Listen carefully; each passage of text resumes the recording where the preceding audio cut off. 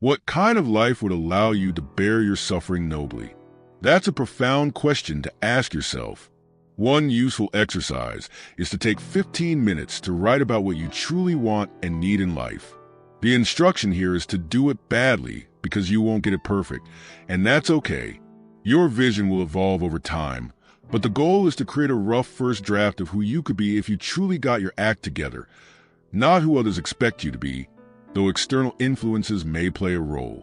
You are embedded in a social context, and while you don't have to be exactly who your parents or society want you to be, their perspectives can provide valuable insights. The next step is considering the opposite. What does a life devoid of meaning and direction look like? By identifying a meaningful goal, you create something to move toward. This is crucial because people often say they just want to be happy, but true happiness is more complex. What most people mean is that they want to avoid excessive suffering. While hedonistic pleasure can play a role, the deeper sense of happiness is tied to enthusiasm, the feeling of being inspired and moving toward a goal. Positive emotion is not found in achieving a goal, but in pursuing one. Your emotions are wired to reflect action.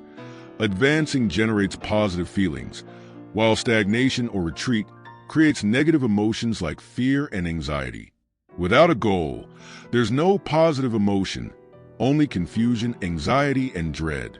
A life without direction feels aimless and hopeless. So, what should your goal be? That's what this exercise aims to uncover. By writing about your vision, you establish a destination, setting the conditions for motivation and positive emotion. But motivation isn't just about positive emotions. Negative emotions can also play a role. Fear can stop you, but it can also push you forward.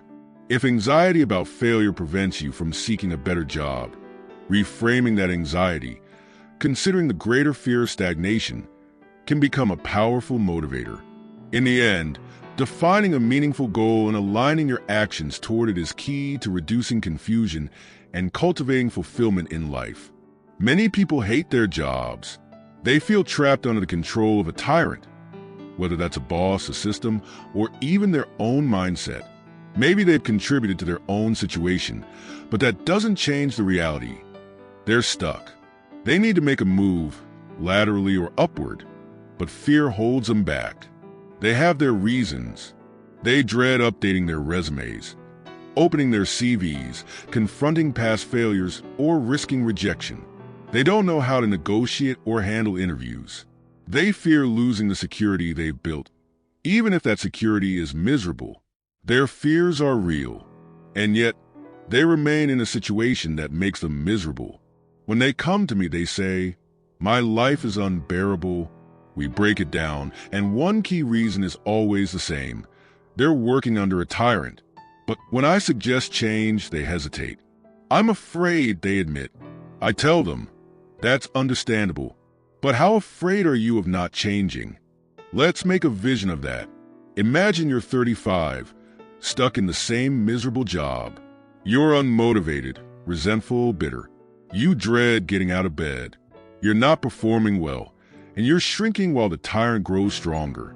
Now, fast forward 10 years. If you don't change, what happens? Things don't magically improve. At best, you'll be in the same position. Only now, you're 45, more cynical, more exhausted. Maybe your marriage has fallen apart because your bitterness made you unbearable to live with. You've spent another decade under the thumb of a tyrant, growing smaller while they grew larger. Really imagine that, not just as an abstract thought. See it, feel it. You're miserable now, afraid to change, but just think how much worse it could get. If you let that future sink in, you'll realize you're more terrified of staying the same than you are of taking action. It's crucial to understand your own personal version of hell. That's why I have people do this exercise. I ask them to envision the worst-case scenario. What happens if they let their worst habits take over? Maybe they become alcoholics, criminals, or end up broke. Maybe they spiral into depression, bitterness, or narcissism. We all know our own weaknesses, but we avoid thinking about them. That's a mistake. There's a rule. Do not hide unwanted things in the fog. People often refuse to confront the catastrophe they're heading toward through inaction, but ignoring it won't stop it from happening. So, take 15 minutes and think, who could I be if I truly pursued my potential? What would my life look like if I aimed for what I wanted? Then, imagine the opposite. What kind of hell you'd create for yourself if you didn't? That contrast creates a powerful force. You're not just running towards something good. You're also running away from something terrible. It engages both your fear and your ambition. And here's the key: positive emotion only exists in relation to a goal. Happiness isn't the point. What matters is focus, motivation, and forward momentum. That's why people say, I really want to do that. That feeling of wanting comes from the positive emotion system being activated. It makes effort feel easier, even exciting.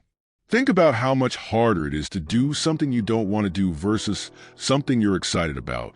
That ease comes from activating the system that drives positive emotion, and that system is powerful.